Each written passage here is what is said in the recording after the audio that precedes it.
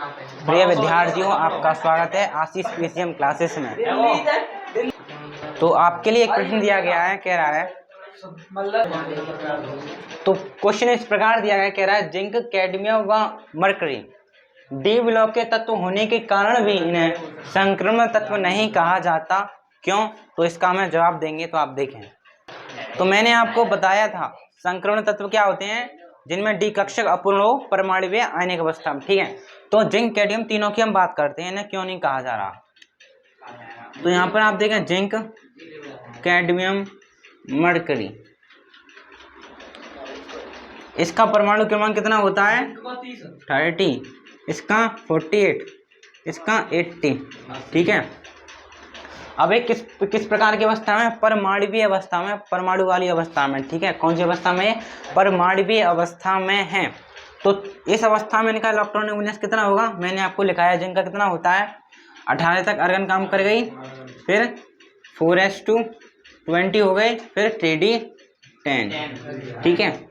इसका देखें आप, यहाँ पर कौन आएगी आपकी क्रिप्टॉन, कहाँ तक 36 तक काम कर गई, फिर 5s2 में इलेक्ट्रॉन चला गया, फिर 4d10 में इलेक्ट्रॉन चला गया, ठीक है। फिर आप बात करें मरकरी की, ये मैंने आपको लिखाया है, ये इसमें काम करेगा आपका कौन, जेनॉन। 6s2 में इलेक्ट्रॉन जाएगा, 4f14 में और 5d10 में, ठीक है। अब आप देखें ये इनकी परमाणुवीय अवस्था है। कौन सी अवस्था है? परमाणुवीय अवस्था है। परमाणुवीय अवस्था में आप देखें डी कक्षक पूर्ण रूप से भरा है, भरा है कि नहीं भरा है, 10 इलेक्ट्रॉन है, तो हम कह सकते हैं संक्रमण तत्व नहीं है। परमाणुवीय अवस्था में इसका डी कक्षक पूरा भरा है, 10 भरे हुए हैं, ठीक है। अब इसकी आयनिक अवस्था देखें, आयनिक वाली, आयन वाली, ठीक है। इसकी आयनिक अवस्था क्या हो जाएगी, जिंक +2 तो हो जाएगी, आयनिक अवस्था जिंक +2 हो जाएगी। आप देखें, देखो इस पर प्लस का 2 चार्ज है, इसका मतलब क्या है, इसने अपने 2 इलेक्ट्रॉन दान कर दिए हैं। तो 2 इलेक्ट्रॉन कहाँ से कम होंगे, इससे कम होंगे, 4s2 वाले। इसका इलेक्ट्रॉन विन्यास कितना हुआ, आर्गन 3d10। तो आप देखें परमाणुवीय और आयनिक अवस्था में डी कक्षक पूर्ण रूप से भरा है, इसी वजह से हम इन्हें क्या नहीं कहेंगे, संक्रमण तत्व नहीं कहेंगे। और आप कैडमियम भी देख सकते हैं, +2 देखें, ठीक है, तो कितना हो जाएगा, हाँ। देखो अब आपको एक और बता दें, कोई तत्व स्थिर होना चाहता है, कोई तत्व स्थिर तब होगा या तो वो अपने अंतिम कक्ष में 10 इलेक्ट्रॉन कर ले, डी ब्लॉक की बात हो रही है, या तो कितने कर ले, वो 10 कर ले, या तो आधे 5 कर ले। यदि उसके अंतिम कोश में 5 इलेक्ट्रॉन है डी में या 10 है, तो वह क्या है, स्थायी है, एक जगह एकदम स्थिर बैठा हुआ है, एकदम दूसरे एलिमेंट की तुलना में क्या है, अधिक स्थायी है, ठीक है। कितनी ऊंचाई, या तो 10 हो या तो आधे हो, यानी 5 हो। हाँ नहीं तो स्थायी माना जाएगा, हाँ संक्रमण हो जाएगा लेकिन वो स्थायी माना जाएगा, ठीक है। हम बात कर रहे हैं संक्रमण की, बात कर रहे हैं ना। संक्रमण क्या होगा, जिसमें डी कक्षक पूर्ण रूप से भरा ना हो, लेकिन ये तो पूर्ण रूप से भरे हुए हैं, तो संक्रमण तो नहीं है। अब इसकी आयनिक अवस्था की बात कर रहे हैं, कैडमियम की, ठीक है। तो आपने ये नहीं कहा कि आपने ये 2 ही क्यों छोड़ रहा है, ये इसका ही तो जवाब दिया, ये 2 इसलिए छोड़ रहा है, क्यों कि इसके डी में कितने इलेक्ट्रॉन रहे हैं, 10 रहे हैं, तभी तो छोड़ रहा है। तो देखो कैडमियम +2 का कितना हो गया, ये तो गायब हो गया, कितना हो जाए आपका 4d10। देखो परमाणुवीय अवस्था में डी में 10 भरे हैं, आयनिक अवस्था में भी कितने, डी में 10 हैं। इसकी बात करें आप मरकरी की, मरकरी +2, तो इसमें देखेंगे आप ये तो गायब हो गया, 4f14 5d10, तो इसमें भी डी में 10 है। देखो तो आपको समझ में आया। तो आप इस प्रश्न का जवाब किस प्रकार दोगे। तो प्रिय विद्यार्थियों, आप इसका उत्तर देखें क्या, जिंक, कैडमियम व मरकरी डी ब्लॉक के तत्व तो होने के कारण भी संक्रमण तत्व नहीं कहते। क्यों नहीं कहते, क्योंकि इनमें डी उपकोष परमाणुवीय एवं आयनिक अवस्था में पूर्ण रूप से भरा होता है, यही कारण है कि इन्हें संक्रमण तत्व नहीं कहा जाता है। तो प्रिय विद्यार्थियों, क्वेश्चन दे रहा है, प्रथम संक्रमण श्रेणी का कौन सा तत्व +1 स्थायी ऑक्सीकरण अवस्था दर्शाता है। तो इसका उत्तर है आपका कॉपर, कॉपर, ठीक है। तो कॉपर है आपका, तो आपने देखो कॉपर के इलेक्ट्रॉनिक विन्यास देखें आप 29, क्या होता है, आर्गन आर्गन 4s1 3d10। देखो अब कॉपर स्थिर कब होगा, जब ये अपना एक इलेक्ट्रॉन छोड़ देगा, तभी तो 10 होंगे इसके, बचाएंगे 10 ही तो बचाएंगे। तो कॉपर क्या करेगा, इसको एक छोड़ देगा, तो क्या बन जाएगा कॉपर +1 कितना हो जाएगा आपका आर्गन 3d10। तो आप देखेंगे इसकी ऑक्सीजन अवस्था कितनी हो गई, 1 हो गई प्लस की। तो आपका आंसर क्या हो जाएगा, आपका कॉपर आंसर हो जाएगा। आप इसको अच्छे से नोट करें। तो आप क्वेश्चन कह रहा है जो आपका स्कैंडियम है सामान्यतः +2 ऑक्सीजन अवस्था न दर्शाकर +3 स्थायी ऑक्सीजन अवस्था दर्शाता क्यों। तो इसका जवाब देंगे। तो सबसे पहले आप स्कैंडियम का इलेक्ट्रॉनिक विन्यास देखें, कितने पर होता है, 21 पर होता है, ठीक है 21 पर होता है। जब हम इसका इलेक्ट्रॉनिक विन्यास करेंगे 18 तक तो आर्गन का सेम कर जाएगा, तो 18 तक किसका भर जाएगा, आर्गन में भर जाएगा। 18 के बाद फिर किस में जाता है आपका 4s में, 4s2 3d1, ठीक है। और यही आपका क्या डी ब्लॉक का डी ब्लॉक का पहला एलिमेंट कौन है आपका, स्कैंडियम।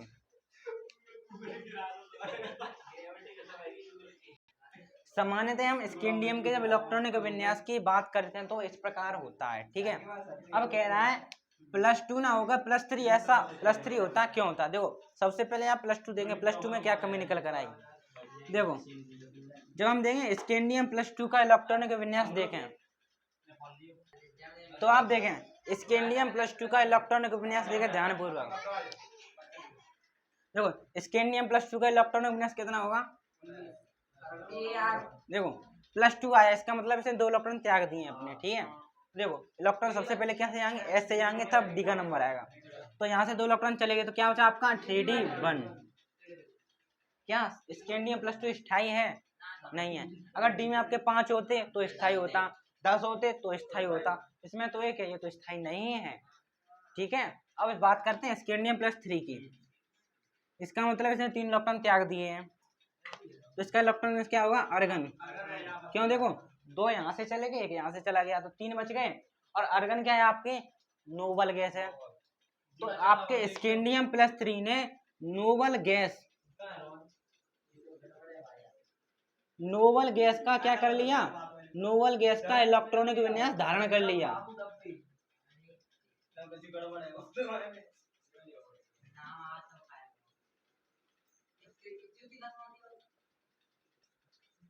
तो आप यहाँ पर देख रहे हो स्कैंडियम +3 ने क्या किया है, नोबल गैस का इलेक्ट्रॉनिक विन्यास धारण कर लिया है। इसी वजह से आपका स्कैंडियम +2 ऑक्सीजन अवस्था ना दर्शाकर +3 दर्शाता, क्यों, या तो स्थायी नहीं है, डी में 1 बच रहा है, लेकिन ये स्थायी है, क्यों, क्योंकि इसे नोबल गैस का इलेक्ट्रॉनिक विन्यास धारण कर लिया है, ठीक है।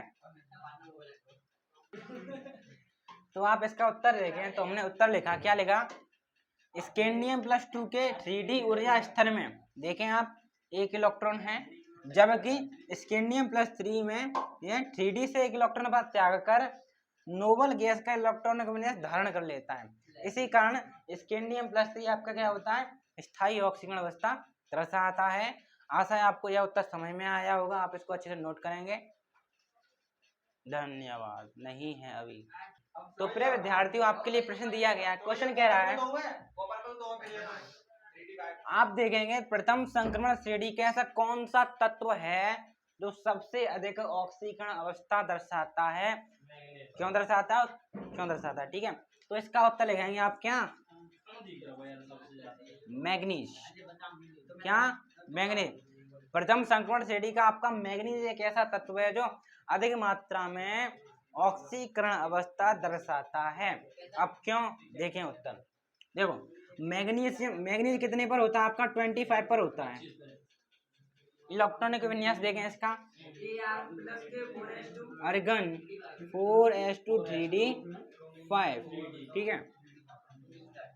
देखो जो आपका मैग्नीज है सबसे अधिक ऑक्सीकरण अवस्था क्यों दर्शाता है, इसका कारण जाने।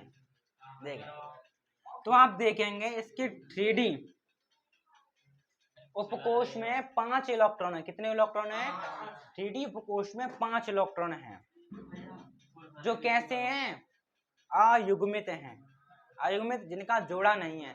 देखो अगर डी का मैं ब्रैकेट बनाऊंगा, डी में कितने इलेक्ट्रॉन जाते हैं, 10 जाते हैं अधिकतम, तो 10 इलेक्ट्रॉन जाते हैं, डिब्बे कितने बनेंगे, 5, तो बना दें। 1 2 3 4, 1 2 3 4 5। एक डिब्बे में इलेक्ट्रॉन भरे जाते हैं 2 जोड़े के हिसाब से, ठीक है। पहले इलेक्ट्रॉन भरे जाते हैं सिंगल सिंगल, फिर डबलिंग करी जाती है, ठीक है। आप देखेंगे 3D मैग्नीज के अंतिम कोश में कितने इलेक्ट्रॉन है? 5 हैं।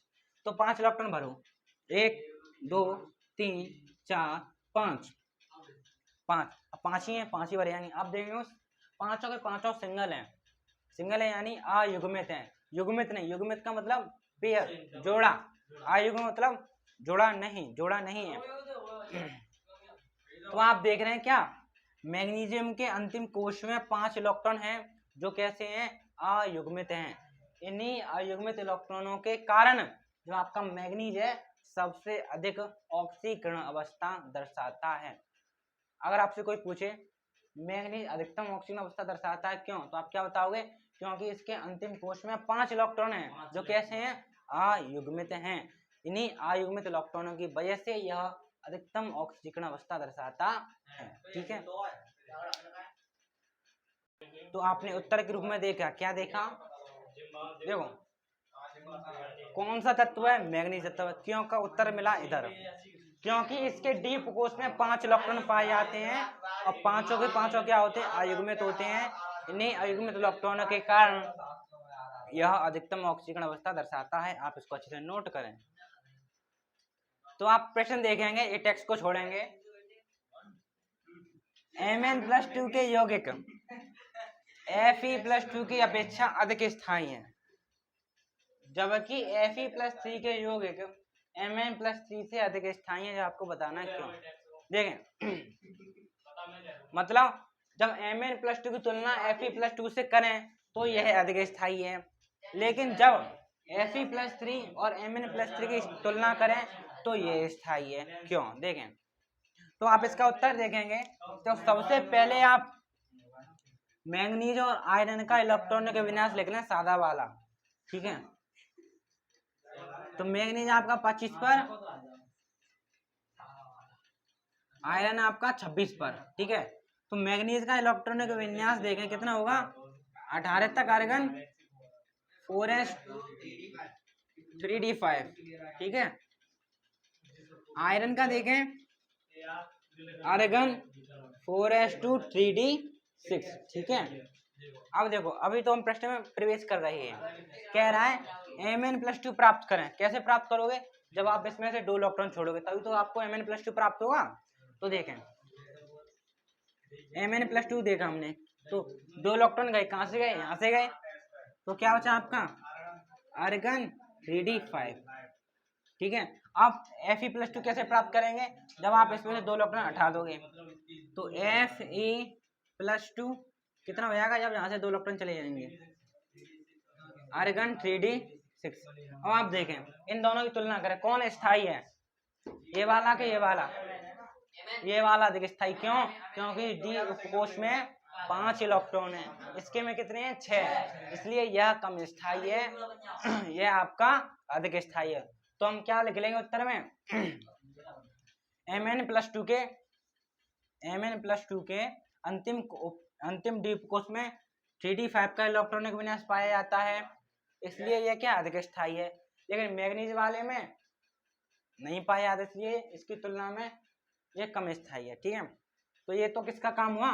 दोनों को उत्तर एक साथ देखें, ठीक है। तो आप इन दोनों में देख सकते हो कौन सा अधिक स्थायी है? ये वाला। क्यों? इसका अंतिम इलेक्ट्रॉन में कितना है? 3d5, उसका कितना है? 3d6, समझ गए। अब देखें आप कौन सा? Fe वाला देखें। अब आपको Mn+3 कैसे प्राप्त होगा? जब आप 3 इलेक्ट्रॉन छोड़ दोगे, ठीक है।